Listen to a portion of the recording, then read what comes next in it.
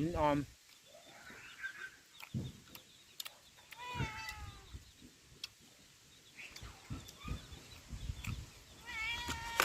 ตอนปลาแดกจีกเผ็ดเลยเอาใส่มาพริกน้อยเดียว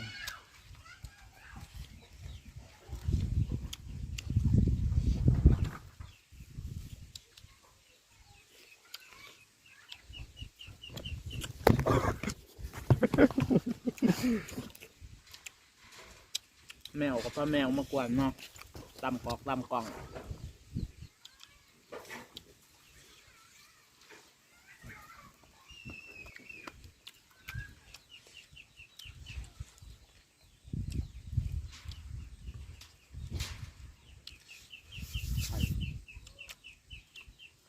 ปลาแดก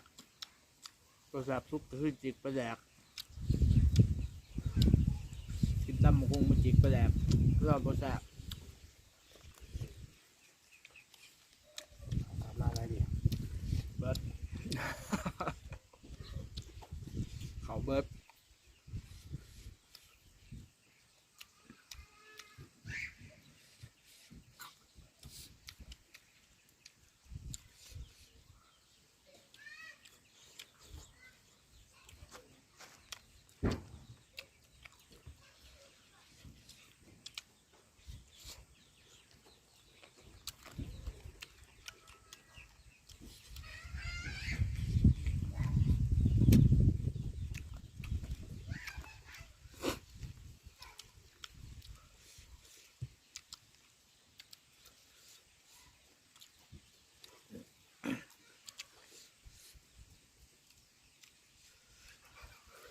เพชร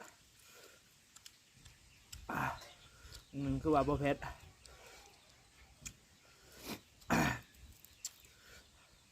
เพชรตอนซีอิม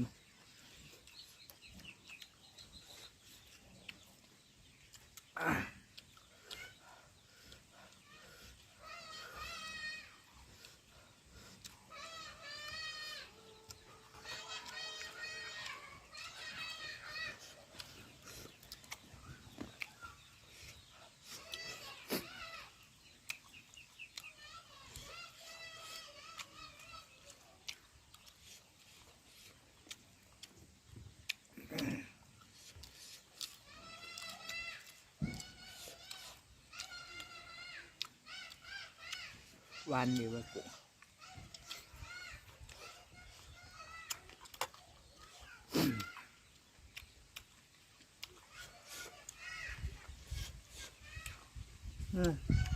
เขาก็เบิด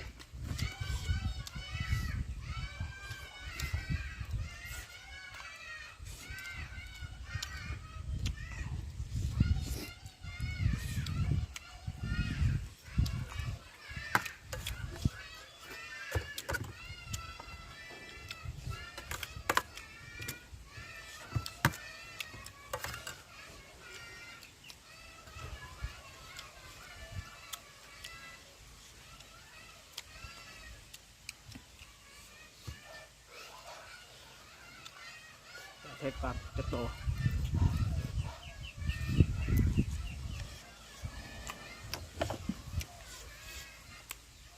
เขาก็เบิดมันก็ทิ้นเขาคือเบิดเพชร